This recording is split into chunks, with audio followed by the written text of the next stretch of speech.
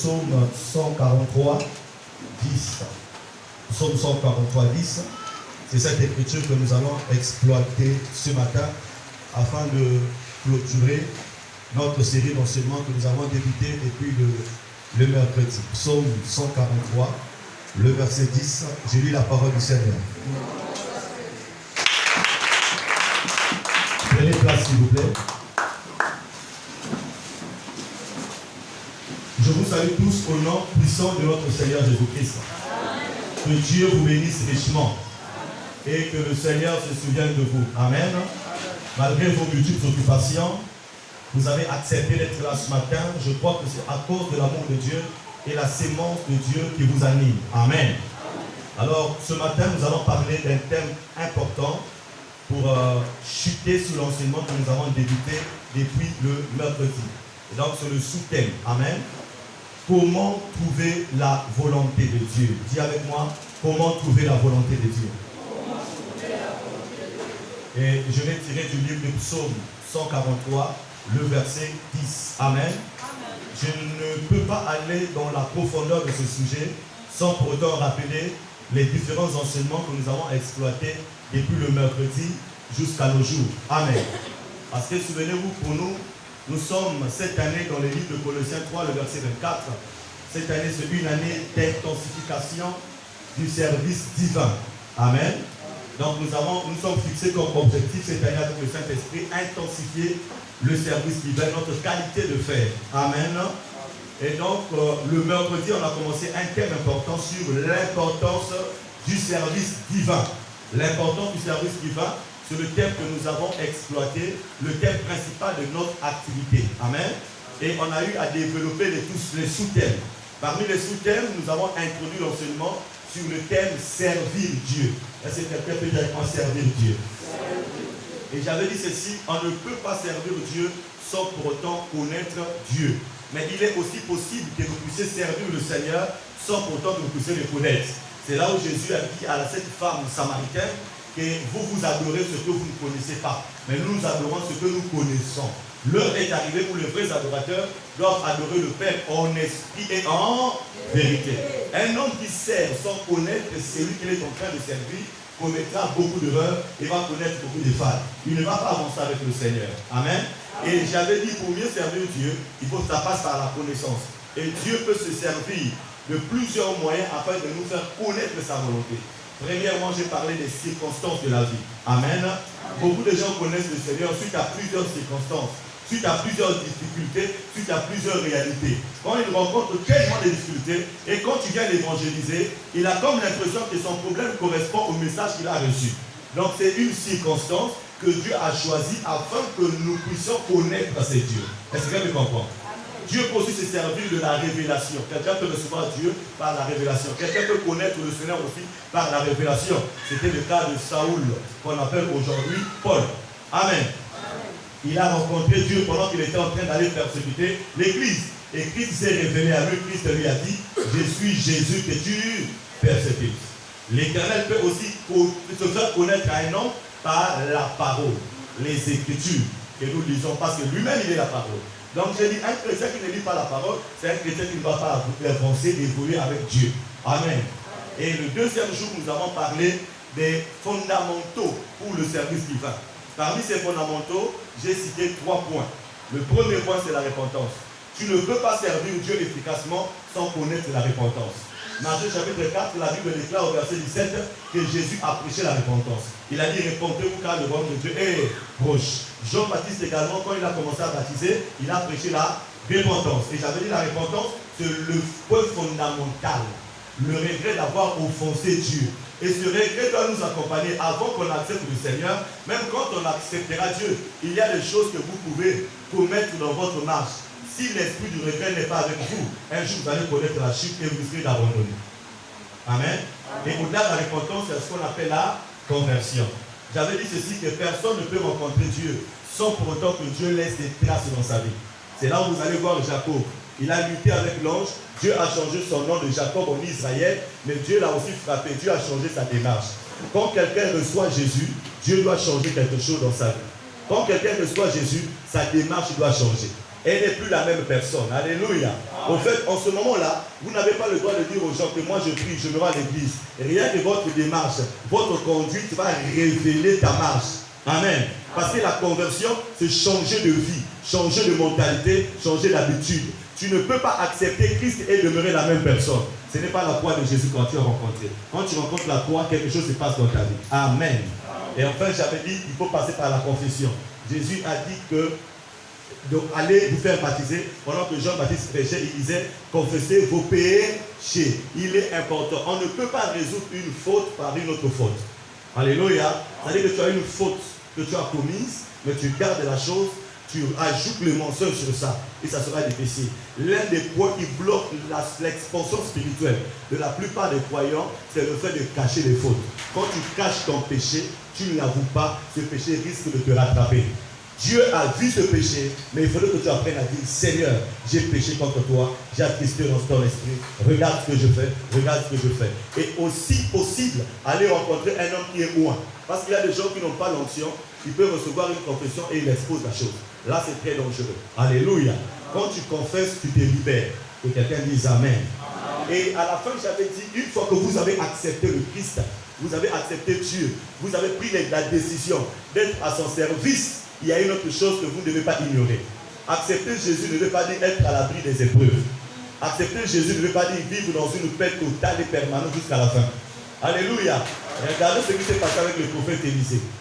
D'abord le prophète Élie, il a opéré un miracle, il a fait descendre le feu. Et pourtant il a l'onction de Dieu. Mais quand il a appris que Jézabel a pris la décision de mettre fin à sa vie, Élisée a fui le combat. Élie s'est éloigné. Élie a pleuré. Élie a dit c'est fini pour moi. Et c'est là où le Seigneur lui a dit, mange et bois, la marche est encore longue. Les épreuves font partie de la vie. Les épreuves, ce sont des enseignements que Dieu donne à son Église. Un jour, le Seigneur a dit à Moïse que c'est moi l'Éternel de Dieu qui vous éprouve. N'écoute pas la voix des songeurs, n'écoute pas la voix des prophètes. J'ai imposé ce problème dans ta vie afin de connaître si tu m'aimes réellement. C'est dans les épreuves que la vraie nature des croyants se révèle. Ce n'est pas quand tout va bien que tu diras que c'est bon. C'est quand tout va mal avec Dieu quelle est sa position. Ce qui est important, quand vous êtes éprouvé avec Dieu, l'esprit qui vous expose, donc Dieu qui permet que tu sois dans les épreuves, il est aussi dans ton épreuve. Ça veut dire quoi? Il ne te donne pas le combat et te laisse combattre seul.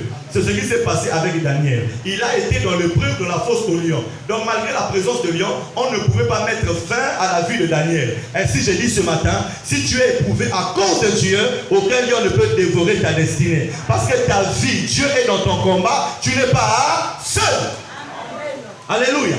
Et quand Élisée prend l'engagement de servir Dieu, il passe par 5 étapes. La première étape, ce sont les fils des prophètes. Ils ont commencé à condamner Élisée en disant à Élisée que ton père sera enlevé sur toi aujourd'hui. Les paroles de condamnation, ça veut dire quoi? Ça veut dire qu'Élisée, comme tu es en train d'apprendre que ton père sera enlevé au-dessus de toi, le temps est arrivé où tu te sépares, tu crées ton propre église. Commence ton propre ministère. Commence tes propres choses. Alléluia. Élisée a dit, je comprends. Je m'en fous de ce que vous êtes en train de raconter. Je m'attacherai à cet homme. Vous savez, ça peut arriver que lorsque vous acceptez Dieu, vous avez comme l'impression que le pire est en train de s'accroître. Vous avez comme l'impression que même la médecine peut vous condamner. Ce sont les paroles des hommes. Élisée n'a pas appris à écouter les paroles des hommes. C'est une épreuve. Alléluia. Pendant les épreuves, n'écoutez pas ce que les gens disent. Fléchissez les genoux et fléchissez le regard vers le Seigneur. La deuxième étape, c'est que Élisée était avec Élie, son père. Tellement qu'il aimait Élie, qu'est-ce qui s'est passé? Dieu a enlevé Élie et a laissé Élisée. Alléluia. C'était une forme d'épreuve. Ça peut arriver que vous puissiez perdre la chose que vous avez tellement aimée. Ne pas croire qu'un jour ça peut vous quitter. Dieu peut permettre que vous puissiez perdre cette chose. Le mystère c'est quoi? Ce que tu es en train de perdre n'est pas plus que ce que Dieu va te donner. Élisée a perdu Élie, mais il avait reçu une double portion de l'esprit qui était avec sur Élie. Le problème ce n'est pas Élie, mais le problème c'est la double portion de l'esprit qui conduisait Élie. Ainsi je te dis aujourd'hui, le problème ce n'est pas ton combat, mais le problème c'est la victoire qui est dans ton combat. C'est l'esprit qui te conduit. C'est l'Éternel qui est avec toi. Accepte parfois de perdre Élie, mais cherche à rencontrer l'onction de Dieu. Dans la perte, il y a une récompense. C'est ce que Élisée a compris. Et la troisième chose, quand Élisée arrive, il rencontre premièrement le Jourdain. Ça peut arriver que vous êtes un véritable fils de Dieu, mais vous êtes en train de vivre les blocages dans certains domaines de la vie. Cela ne veut pas dire qu'il n'y a pas un Dieu quelque part. Cela ne signifie pas que Dieu ne connaît pas l'urgence de problème. Cela ne veut pas dire que Dieu t'a aussi abandonné. Mais c'est une épreuve. Ça peut arriver que tu regardes à droite, devant toi il n'y a personne. Devant toi il n'y a personne. À gauche il n'y a personne. Derrière toi il n'y a personne. Il y a des situations où même la relation la plus importante de ta famille ne peut rien faire. C'est le Jourdain. Quand le Jourdain se lève, tu n'as pas besoin de chercher Élie parce qu'il est déjà parti. Dans devant le Jourdain, on a besoin du manteau d'Élie. Devant le blocage, on a besoin du Saint-Esprit. Devant les oppositions, on a besoin de l'esprit des hommes. Parce que si tu regardes les hommes, tu vas tomber, ils vont mourir. Si tu regardes un arbre, l'arbre finira par sécher. Si tu regardes tes enfants, un jour ils vont se marier et te laisser dans la maison de ton mari. Mais la personne idéale, devant le Jourdain, quand il y a des blocages, il faut faire comme Élisée. Il a pris le manteau de son père. Où est le Dieu de mon père, cher d'Israël? Frappe sur ton combat et Dieu va ouvrir le Jourdain. Il va les séparer en deux. Quelque chose de nouveau se passera dans ta vie. Alléluia. Et quand il traverse le Jourdain, deuxième chose, quatrième chose, il se rend compte que les hommes de l'habitant du pays sont venus voir Élisée. Ils ont dit, prophète, le pays est bon comme toi tu le vois. Mais les eaux sont amères. Le pays est stérile. Il dit, tu es en train de voir, c'est bon. Mais dans le fond, les eaux sont amères et le pays est stérile. Il y a des gens dans la vie, quand on vous voit, les gens vous acclament et vous envient. On te voit dans ce foyer, on dit que c'est bon. Mais ils ne savent pas dans le fond, les eaux sont amères. Or, nous consommons de l'eau pour être en bonne santé. Il y a des problèmes que tu ne peux pas accepter de boire dans ta vie. Alléluia. Quand les gens te voient et au fond de toi, les eaux sont mauvaises et amères. Tu pleures dans ta chambre, tu cries dans ta situation. Le pays est stérile, tu sens que tu n'avances pas, tu es limité. Depuis que tu as connu Dieu, tu as comme l'impression que le Dieu que j'ai rencontré, c'est le Dieu des échecs et des problèmes. Je suis venu te dire ce soir, ce matin, le problème, c'est que même quand le pays est stérile et que les eaux sont mauvaises, il faut chercher le manteau. Parce qu'avec le manteau, tu auras la révélation des solutions. C'est ce que nous allons exploiter ce matin. La révélation des solutions. Un véritable fils de Dieu n'est pas là pour pleurer comme tout le monde, crier pour tout le monde. Élisée a dit, vous êtes en train de voir que les eaux sont mauvaises. Pour vous, le pays est stérile. Mais pour moi, je vais assainir ces eaux. Là où il y a ma présence, les gens doivent avancer. Là où il y a ma présence, les gens doivent évoluer. Or, Élisée dans Jéricho, c'était une bénédiction pour ce territoire. Je prie ce matin que tu deviennes un sujet de bénédiction pour ton foyer, pour ta famille et même pour ton église. Tu n'as pas dit Amen. Alléluia. Et la cinquième épreuve, c'est quoi? Avec toute son onction, des gens, les fils des prophètes, se sont mis, beaucoup d'enfants, sont mis à se moquer de lui, 42. Alléluia. Et ils ont dit à Élie, Élisée, ceci, monte chaud. Il était chaud. Ils ont cherché dans le corps d'Élie quel est le sujet de moquerie et de l'humiliation. C'est ce qui s'est passé dans la vie de Daniel. On va chercher un sujet afin de condamner cet homme-là. Quand l'onction de Dieu est tellement sur vous, les gens vont chercher votre faute. Ils vont même aller dans votre passé pour vous réclamer, vous humilier et vous emmener vers le bas. Ils peuvent utiliser les mondes des hommes et les mondes des esprits pour vous humilier, vous décourager. Malgré la moquerie de ces hommes, Élisée a compris, il y a des combats où on peut frapper, mais il y a des combats où on peut déclarer. La Bible déclare, il a maudit ses 42 enfants, et 2 ours sont sortis de la forêt, les 2 ours ont dévoré ces enfants-là. Or, 42 enfants représentent 42 esprits. 42 esprits représentent 42 problèmes. Toute forme de situation. Pour lui, c'était 42 personnes qui se moquaient de lui. Mais en une simple déclaration, le problème a pris fin. Avec toi, c'est quoi? C'est que tu te plains beaucoup, mais tu ne pratiques pas ton autorité. Il y a des combats où tu dois te lever et dire, ce n'est pas ma portion, ce n'est pas ma destinée. Dieu ne m'a pas appelé à cette situation-là. Ainsi, je déclare au nom de Jésus, je prends mon héritage, je saisis cela au nom d'eux. Et il y a des choses que tu dois dire, maintenant libère ma vie. Là, ce n'est pas l'adoration, là, ce n'est pas l'intercession, mais tu es Dieu sur l'autorité, sur les puissances des ténèbres. Dis avec moi, c'est possible. Au nom d'eux. Quand tu acceptes Dieu, sache-le que tu seras devant les paroles de condamnation. Sache-le que tu seras devant les gens qui diront, hey, toi, tu vas commencer une affaire, tu ne vas jamais réussir. On te dira, dans ce territoire, les gens n'évoluent pas. Mais tout le monde n'a pas l'onction du non-accomplissement. Il y a des gens, quand tu commences, Dieu l'emmène. Ça peut être difficile, mais le Seigneur finit par l'honorer. La différence, c'est seulement dans toutes nos épreuves. C'est l'onction qui crée la différence. On n'a pas tous le même esprit. Alléluia. Et là, vous allez voir certaines personnes pleurent, mais d'autres sont en train de rire. Mais lui, malgré ce combat, il est toujours dans la joie. Qu'est-ce qui se passe? Parce que la joie du Seigneur m'anime. Et il croit que dans son problème, il y a le Dieu Tout-Puissant qui est dans sa situation. C'est là où tu vas voir Shadrach, Meshach, Abednego, dans la fournaise, dans le feu. C'est lui qui contrôle le feu et entré dedans. C'est lui qui contrôle le feu, c'est intervenu dans cette situation-là. Ne pense pas que Dieu est seul. D'ailleurs, Dieu est dans ton problème. Mais ce qui nous manque, c'est quoi? C'est que nous ne savons pas comment trouver la volonté de Dieu. C'est une erreur grave. Vous pouvez avoir le manteau d'Élysée, l'onction de Dieu, la puissance peut être avec vous. Mais si tu ne connais pas comment trouver la volonté de Dieu, tu seras premièrement conduit par des hommes, l'intention des hommes et les sentiments des hommes. Si tu ne connais pas comment trouver la volonté de Dieu, tu vas commettre beaucoup d'erreurs. Commencer une affaire sans pourtant que le Seigneur te donne l'autorisation. Si tu ne sais pas comment trouver la volonté de Dieu, tu vas prier jusqu'à demeurer la même personne. C'est la volonté de Dieu qui nous rapproche du Seigneur. Que quelqu'un dise Amen. Ainsi, vous allez voir, il y a un homme dans la Bible, David. Psaume 43, 10, il dit ceci, je veux lire. Enseigne-moi à faire ta volonté, car tu es mon Dieu. Donc la priorité de David, c'était de recevoir une qualité d'enseignement sur la connaissance de la volonté de Dieu. Donc il y a des combats où on ne demande pas l'argent, il y a des situations où on ne demande pas la guérison, il y a des situations où on ne demande pas les biens de la terre, mais il y arrive des fois que tu cherches à connaître la volonté de Dieu. Parce que le Seigneur peut te donner de l'argent, mais si tu ne connais pas sa volonté dans ce qu'il t'a donné, ce qu'il t'a donné deviendra une idole pour toi et ça va t'éloigner de Dieu. Il a dit, je ne demande pas la victoire sur mes ennemis, mais enseigne-moi ta volonté. Or, vous allez reprendre une chose. L'Éternel, depuis l'ancienne alliance, dans Genèse, son souci c'était d'apprendre aux hommes sa volonté. Lorsqu'il a dit à Adam, tu peux tout manger, sauf l'arbre de la connaissance du bien et du mal. Cet arbre-là, tu ne toucheras pas. C'est ce qu'on appelle la volonté de Dieu. Et dans l'ancienne alliance, vous allez remarquer, le Seigneur a utilisé plusieurs moyens pour faire connaître aux hommes sa volonté. Il pouvait utiliser le monde des rêves.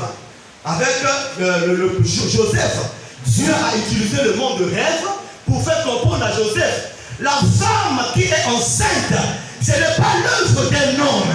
Ce n'est pas l'œuvre d'un homme, mais c'est mon œuvre. L'enfant qui le porte sera un sujet de délivrance, de paix, de salut pour le monde entier. L'Éternel peut utiliser le songe.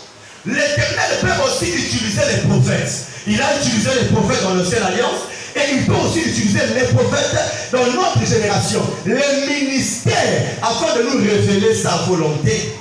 Dieu aussi dans l'ancienne alliance, il pouvait utiliser ce que moi j'ai aimé ici, l'Urim et le Thurim. Alléluia.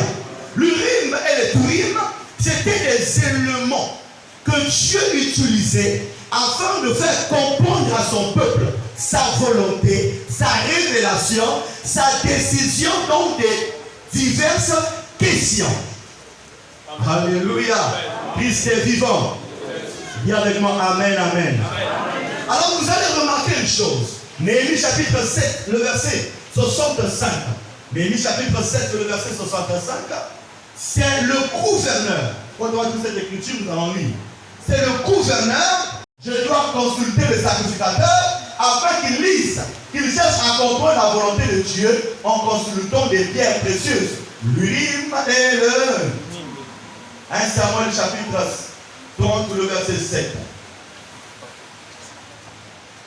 Nous lisons la parole du Seigneur dans le livre de... Dans le Seigneur, l'Urim et le Thummim étaient fixés sur les fautes du pectoral du souverain sacrificateur. Alléluia. Donc David a dit cette fois-ci, je sais qu'il y a la pression, je sais qu'il y a la guerre, mais je ne peux pas aller affronter mes ennemis sans un ainsi dit l'Éternel. Et quand il est allé proster le sacrificateur, la Bible déclare que l'Éternel a dit à David, tu peux aller en guerre et tu peux combattre. Le plus grand problème de l'Église de notre génération, nous n'aimons plus consulter Dieu. Nous aimons la facilité. C'est là où les hommes aussi vous exploitent. Parce que vous voulez que les gens voient tout sur vous. Que les gens racontent tout sur vous. David a dit, moi-même, je veux consulter l'Éternel afin d'apprendre ses décisions sur ma vie. Amen. Alléluia. Et dans l'histoire de Saoul, quand Dieu a rejeté Saoul, l'Éternel l'a abandonné. 1 Samuel 28, 6 dit ceci. Il a consulté Dieu, il a voulu connaître pourquoi est-ce que je n'ai plus de victoire. Pourquoi est-ce que je me sens tourmenté? Pourquoi est-ce qu'il n'y a plus d'équilibre? Frère, chaque fois que vous avez des problèmes dans la vie, cherchez à interroger le Seigneur. Et qu'est-ce que Saoul fait? Il va consulter Dieu. La Bible déclare, l'Éternel n'a pas répondu à Saoul, ni par les prophéties, ni par les anges, ni par l'Urim et les Thummim. Ça veut dire quoi? Les voies de Dieu étaient fermées. Les portes étaient fermées. Pour Saoul, aussi longtemps que l'Éternel n'avait pas répondu, ça signifie que Dieu n'était pas d'accord. Quand vous ne consultez pas Dieu pour vos problèmes, en cherchant à connaître sa volonté, vous allez consulter les pécheurs. Ainsi, il y a beaucoup de croyants qui sont dans l'église. Quand il y a des problèmes, ils abandonnent leur foi pour aller consulter les féticheurs, pour aller consulter les magiciens, pour chercher des solutions ailleurs. Qui consulte Dieu quand tu as des problèmes? Et le plus grand problème, c'est que Dieu ne leur parle plus, c'est très dangereux. Comme dans ta relation avec Dieu, il n'a plus de signe de l'Éternel. C'est là où vous allez voir un homme comme Balaam. Alléluia. Christ est vivant. Nombre 22, le verset 7 à 12. Nombre 22, le verset 7 à 12. La Bible déclare que lorsque Balak a entendu parler d'une grande nation, Israël, c'était une nation forte. Aucun peuple ne peut résister à Israël. Alors qu'est-ce que Balaam fait? Balak dit, comme c'est un peuple puissant, je sais que derrière chaque puissance, il y a un esprit. Alors pour déstabiliser Israël, qui est une grande armée, je dois consulter un prophète. Ils sont allés consulter Balaam avec des biens, des richesses et tout ce qu'il faut.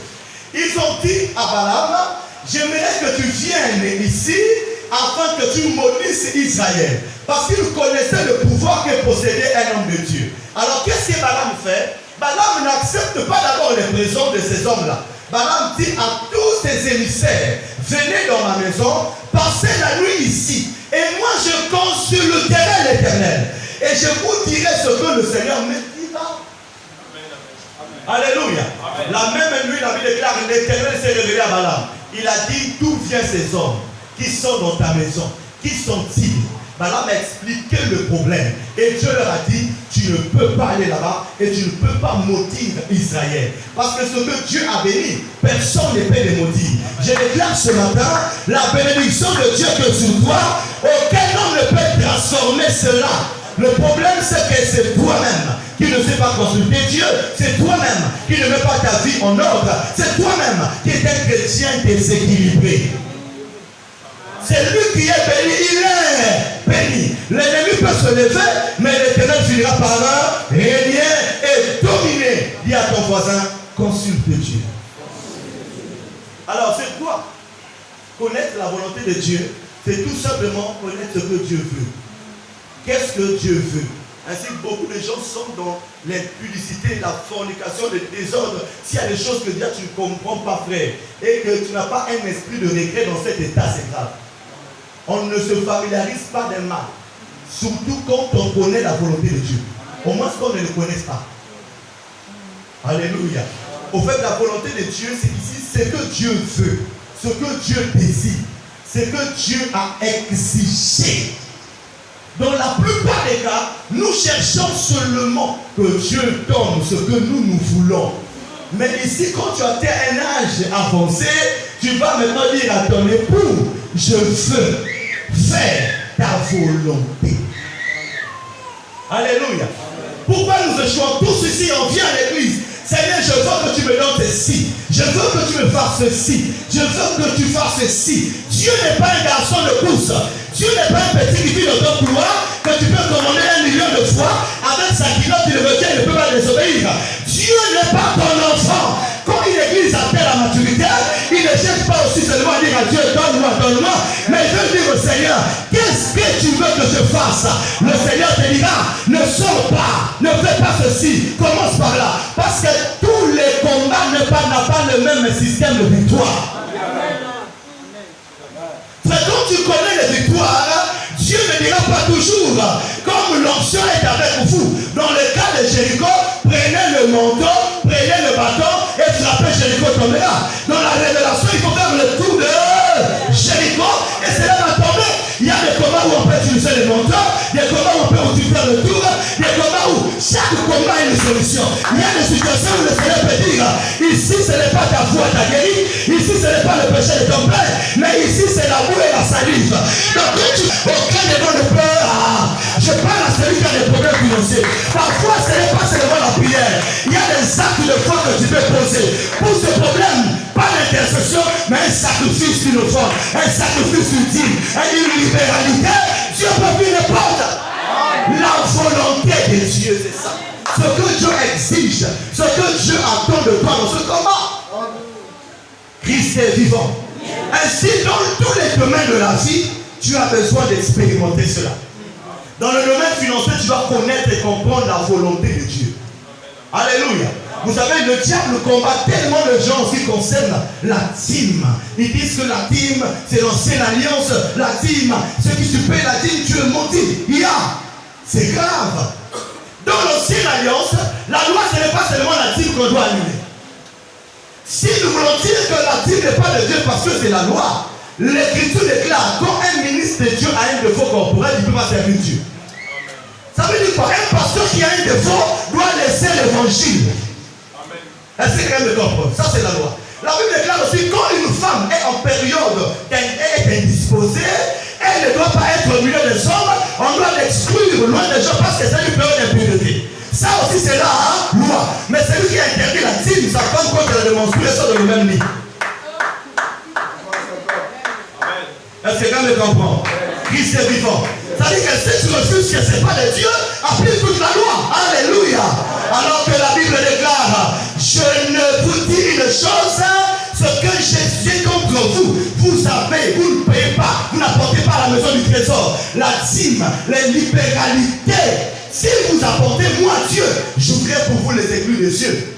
Mais écoutez, certaines personnes donnent la dîme quand c'est peu. Si là c'est 100 000, ils donnent 10 000, c'est bon.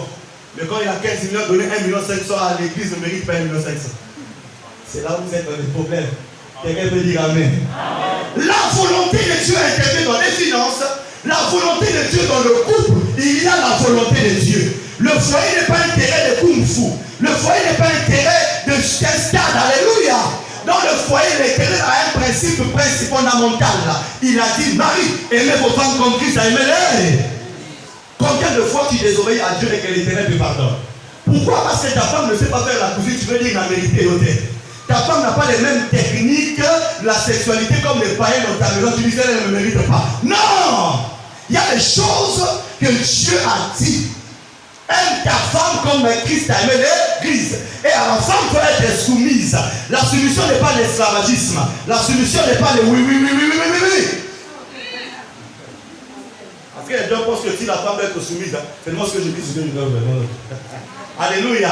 C'est une personne qui doit aussi défendre ses droits. C'est une personne qui a une proposition. C'est une personne qui a une place dans ton cœur. Elle peut voir ce que toi tu ne vois pas. Alléluia. La volonté de Dieu aussi peut intervenir dans le domaine professionnel. Écoutez, tout ce que tu choisis comme métier n'est pas ce que Dieu a dit sur toi. Frère, quand ton école correspond à ce à quoi Dieu t'a prédestiné, tu monteras et tu avanceras. Beaucoup de gens se sont introduits dans des secteurs qui ne correspondent pas à leur vocation. Et après, c'est des pleurs. Le métier que tu as choisi aujourd'hui, est-ce que c'est Dieu qui t'a venu de faire ce métier-là? Parce que chaque choix a une conséquence. Le choix a une conséquence. La femme que tu as choisie aujourd'hui, qu'est-ce que Dieu t'avait dit à ce sujet? Alléluia. Christ est vivant. Même dans la pratique de la vie spirituelle. On peut choisir une église, on peut choisir un pasteur. Parce que lorsque vous écoutez la parole transforme l'âme intérieure, la parole ne vous attache pas au matériel, combien que le matériel est utile. Parce que nous, pour évangéliser, on a besoin du matériel. Mais notre cœur n'est pas dans le matériel, notre cœur est pour les choses du royaume. Donc on se sert de l'argent pour gagner les âmes. On se sert de l'argent pour bénir les autres. On se sert de l'argent pour venir en aide à ceux qui sont dans leurs besoins. Mais la destination finale, c'est l'éternité. Que quelqu'un dise Amen. Esdras chapitre 7, le verset 18 dit ceci. Esdras chapitre 7, le verset 18. Il est écrit: vous ferez avec le reste de l'argent, dis avec moi l'argent. Vous ferez avec le reste de l'argent et de l'or ce que vous jugez bon de faire, toi et tes frères, en vous conformant à la volonté de Dieu. Et pourtant, l'or et l'argent, c'est pour eux. Mais l'Écriture déclare, vous pouvez tout faire avec, mais en vous conformant à la volonté de Dieu. Ça veut dire qu'il n'y a pas de secteur où la volonté de Dieu ne doit pas s'infiltrer ou encore intervenir. Amen. Mais comment connaître la volonté de Dieu? Si tu sers Dieu, tu dois connaître comment est-ce que ce Dieu-là se révèle. Le premier instrument que Dieu utilise pour nous faire connaître sa volonté, c'est la parole. Quelqu'un n'a pas dit Amen. Vous êtes contre la parole? Le premier instrument que Dieu utilise, c'est la parole. Quand tu vois un frère tomber, déséquilibré, il vient à l'église, comme il le veut, il fait de ça à sa manière, ça veut dire que la personne n'a pas encore connu la parole. Or, la parole déclare: n'abandonnez pas vos âmes. Alléluia. Quand tu vois quelqu'un, une année, il évangélise pas, il ne parle pas de quelqu'un à Jésus, ça veut dire que la personne n'a pas rencontré la parole. Christ a dit à ses disciples: allez et faites de toutes les nations, mais ici. Et non seulement dans ces dimensions, c'est aussi dans d'autres choses. La parole doit intervenir. Alors, fais de la parole ta vie de tous les jours. Ainsi, il est écrit dans Jean 23, j'ai fait supplier ma volonté aux paroles de sa bouche. Amen. Alléluia. Il dit: je n'ai pas oublié les commandements des élèves. Qu'est-ce que je fais? J'ai plié ma volonté, c'est-à-dire mon orgueil, mon côté humain, mes responsabilités, mes sentiments. Je l'ai plié, je l'ai fait plier aux paroles de sa bouche. Que tes enfants soient influencés par la parole. Que ton entreprise soit influencée par la parole. Que tes projets soient influencés par la parole. Que la parole de Dieu occupe une planche de toi dans ta vie au nom d'elle. Ainsi, les démons reconnaissent que là où il y a la parole de Dieu, aucun démon ne peut s'infiltrer. Frère, le diable connaît que la parole de ce Christ lui-même dans l'homme. Alléluia. Ainsi, il est écrit 2 Timothée 3, le verset 16 à 17. 2 Timothée 3, 16 à 17 dit ceci: toute écriture est inspirée de Dieu, utile pour enseigner. La parole vient t'enseigner. Aujourd'hui, j'enseigne la parole. Mais quand tu vas rentrer chez toi, méditer les mêmes versets que je donne ce matin, tu vas comprendre qu'il y a un autre degré d'enseignement que Dieu va te communiquer. Est-ce que vous me comprenez? Et la parole n'enseigne pas seulement, mais la parole vient pour convaincre. Alléluia. Bien aimé, il y a des sujets où le pasteur peut prêcher pendant 10 ans sur ta personne. Mais si toi-même, la parole qui est écrite ne te rencontre pas, tu ne seras pas convaincu d'abandonner cette mauvaise vie. Les mauvaises habitudes fuiront lorsque la parole viendra convaincre ton homme intérieur. Je prie ce matin que la parole change ta marche, que tu ne sois plus la même personne, toujours dans l'ivrognerie, toujours dans les mensonges, toujours dans les choses qui n'ont pas Dieu, dans la peur et le désespoir. Que la parole vienne te convaincre ce matin pour te dire: il y a encore de l'espoir pour tous ceux qui croient au Seigneur. La parole vient corriger. Tu ne peux pas recevoir la parole sans correction, frère. Quand quelqu'un est corrigé, ça veut dire qu'il doit vivre ce qui est contraire à sa volonté. La correction vient faire quoi? Enlever. Alléluia. La correction vient ôter les mauvaises habitudes. Ça, c'est tout dans la parole de Dieu. Alléluia. Christ est vivant. Acclamons la parole de Dieu.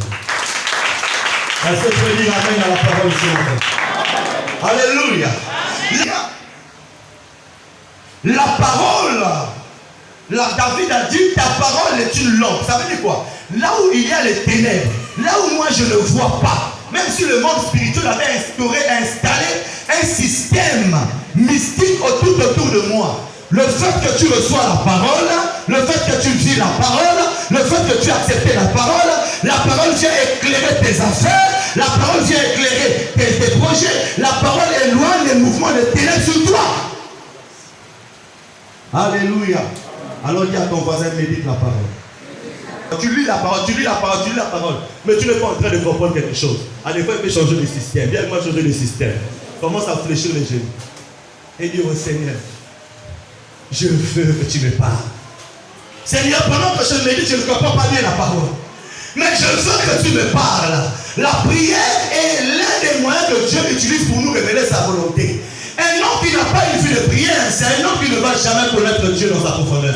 Un homme qui n'a pas une vie de prière, c'est un homme que le monde des esprits va manipuler. Parce qu'il y a beaucoup de gens qui connaissent la parole vraie, mais quand tu vois leur façon de faire, rien de tout ça ne correspond pas à ce qu'ils disent. Or, la prière, c'est un rendez-vous où Dieu va rencontrer l'homme. C'est là où la Bible déclare que chaque soir, Adam venait rencontrer Dieu. Et l'Éternel parlait avec Adam et Ève. Ils discutaient. Or, la prière, c'est un dialogue. La prière, c'est une causerie avec un esprit suprême. L'esprit que tu sers t'attend quelque part. Il attend que tu fléchisses tes genoux. Il attend que tu cherches. Il attend que tu parles avec lui. N'attends pas qu'on fasse tout pour toi. Le temps est arrivé où tu dois dire que la qualité de ma vie de prière change. Que la qualité de ma consécration change. Si je priais pendant 1 heure, que j'ajoute encore 1 heure et que ça fasse 2 heures, je vais augmenter ma consécration. C'est là où la Bible déclare. Ne vous inquiétez donc de rien, mais en toutes choses, faites connaître à Dieu vos besoins par des prières et des supplications. Tu n'as pas une vie de prière, tu vas mener comme tout le monde. Un homme qui a une vie de prière ne panique pas devant le sujet. Quand il arrive devant un cas, quelle que soit la forme du cas, la première option c'est le signe d'Abarabrosekayama. Je commande au nom de Jésus que mon enfant soit guéri. À ça c'est la fièvre 40. Je déclare ce soir, mon enfant ne mourra pas et ne vivra. Je déclare ce matin, la gloire de Dieu sur toi. Reçois l'onction. Parce qu'il est écrit, je vais imposer les mains sur les malades et les malades seront guéris. Allez, reçois cela. Au nom de Dieu. Un homme qui n'a pas l'esprit de la prière, c'est des pleurs et des plaintes. Tu oublies même la chemise de l'eau cinglée. Double, dépression, confusion à ma gamme.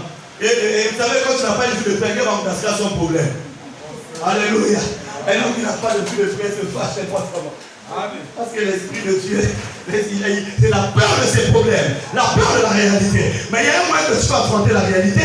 Tu n'es pas plus que Élisée. Élisée était un homme de la même nature que toi. Vous êtes tous des hommes, alléluia. Mais Dieu, par rapport à la vocation, nous a différenciés au niveau de l'onction. Mais nous avons tous le même Dieu. Parce que l'Écriture déclare, il est le même hier, aujourd'hui et éternel. Ah, que cela soit ton partage. Que Dieu te donne le réveil. Reçois le réveil. Que le Saint-Esprit fasse de toi un homme de prière, un homme de consécration, une femme de prière, une femme de consécration. Amen. Le sambon est pendant. Et que s'il s'allie comme moi, dans les rives, la terre,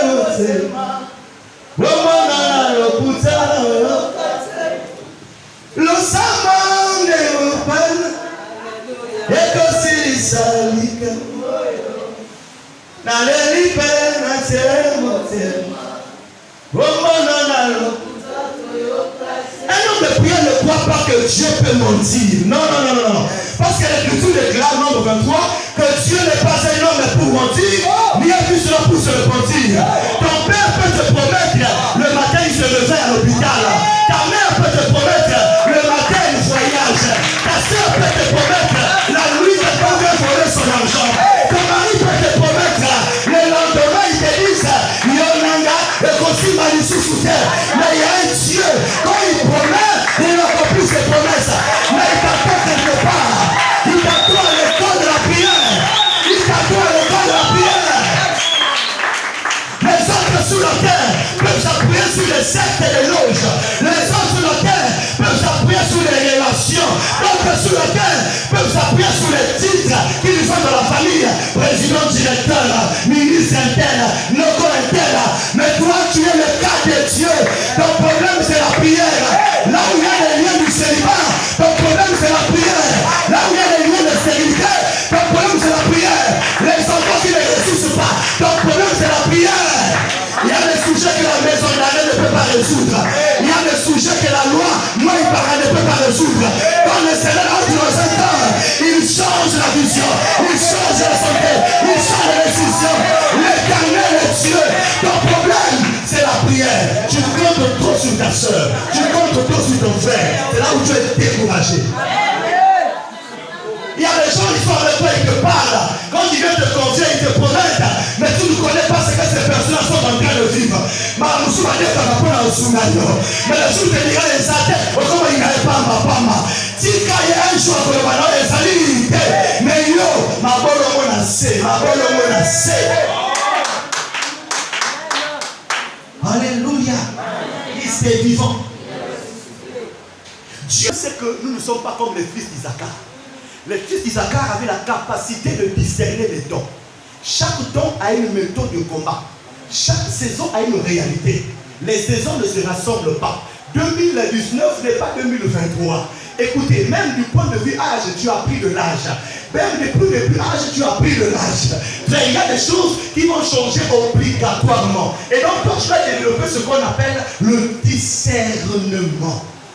Sois capable d'analyser les saisons, frères. Ce n'est pas dans tous les secteurs où tu peux vendre les produits. Même dans les affaires, on fait ce qu'on appelle l'étude du terrain. Yes. Frère, tu viens ici dans la ruelle là. Il y a tout le boutique, il y a ma veste awa. Il y a ma super 800 awa. Au tchamo na sawa. Amen. Il y a pensé que va le calmer. Pourquoi? Parce que derrière là, il y a femme de Dieu. Donc on a coûté à faire ce moment na 5 000. Na veste à 5 000 va tracer là 300 000 euros. Na na bosoma. Donc il y a aussi la centre-ville. Là-bas, quelqu'un peut acheter une veste à 1 million. Est-ce que quelqu'un me comprend? Donc l'étude du terrain est important. Aussi dans les combats dans la vie, il faut apprendre à faire l'étude du terrain. Il faut apprendre à étudier les combats. Alléluia. Parce que chaque événement a un message que Dieu veut libérer derrière. Parfois ce n'est pas seulement négatif, mais il y a une leçon qui peut tirer là-dedans. Qu'est-ce que tu reçois comme enseignement dans les problèmes que tu traverses aujourd'hui? Est-ce que ce combat te donne une vie de prière? Est-ce que ce combat t'emmène à une maturité, une autre compréhension des choses? Est-ce que toi-même tu te dis que là, j'ai grandi? Je ne suis plus la même personne qui gérait des problèmes à cri. Non. Alléluia. Tu n'es plus la même personne. Quand tu regardes tel de l'âge, je comprends que j'ai eu à traverser beaucoup de problèmes, plus que même ça. Alors qu'est-ce que cette réalité va m'apporter?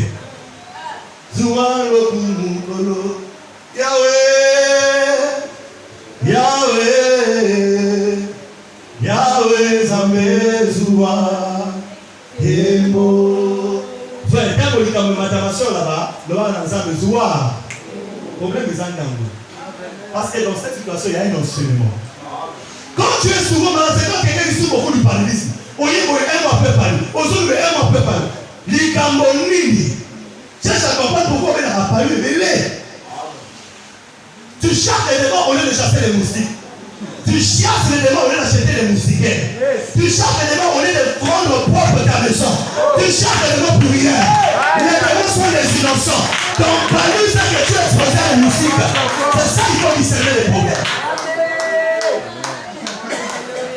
Tous les jours, par la faille, je chasse l'esprit de la pauvreté. L'esprit de la pauvreté.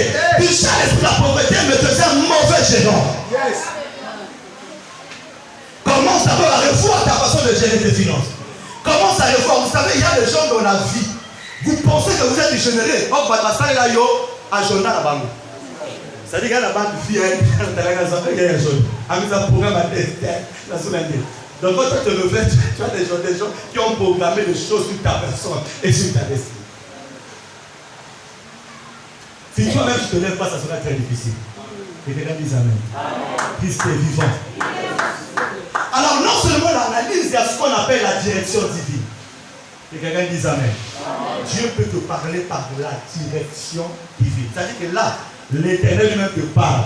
Il y a des gens qui ressentent cela. Il est en train de marcher, le Seigneur lui dit, ne va pas à gauche, va à droite. Il y a des gens, pendant qu'ils marchent, le Seigneur dit, tu vas rencontrer 3 hommes. Et parmi ces 3 hommes, il y aura un fou. Mais ne salue pas le premier. C'est la direction divine. Il y a des gens, pendant qu'il est en train de vouloir déposer les dossiers à Total, le Seigneur lui dit, ce n'est pas Total. Si tu vas là-bas, tu deviendras maçon. Toi, va à Eni Congo. Dieu peut dire aussi, ce n'est pas Eni Congo. C'est une petite société du quartier. Mais toi, quand tu es là-bas, Dieu te rendra riche dans cette situation. Le problème, c'est la direction. Il y a des gens, ils ont programmé dans leur esprit une catégorie des hommes qui veulent épouser. Mais il y a des gens que Dieu a destinés au Banambon, au Bananayo.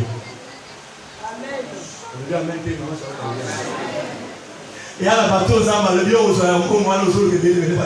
mais tu vas commencer ton histoire avec quelqu'un. Quelqu'un dit amen. La direction divine. Psaume 25, le verset 5, il dit ceci. Psaume 25, le verset 5. Conduis-moi dans ta vérité. Dis avec moi, conduis-moi dans ta vérité. Instruis-moi, car tu es le Dieu de mon salut. Tu es le Dieu de mon salut. Tu es toujours mon espérance. Ça veut dire que lui, David a dit, c'est vrai. Cette fois-ci, j'ai besoin de la direction divine. Alléluia.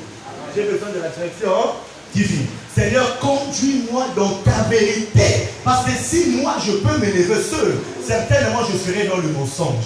Or, l'Écriture déclare que le père du mensonge, c'est le diable. Je ne veux pas servir une autre entité en dehors de toi, le véritable Dieu. Ainsi, je suis venu au devant de ta présence, c'est pour te demander, je veux que tu me conduises. Alléluia. Christ est vivant. Acclame le Seigneur. Dis 3 fois Amen.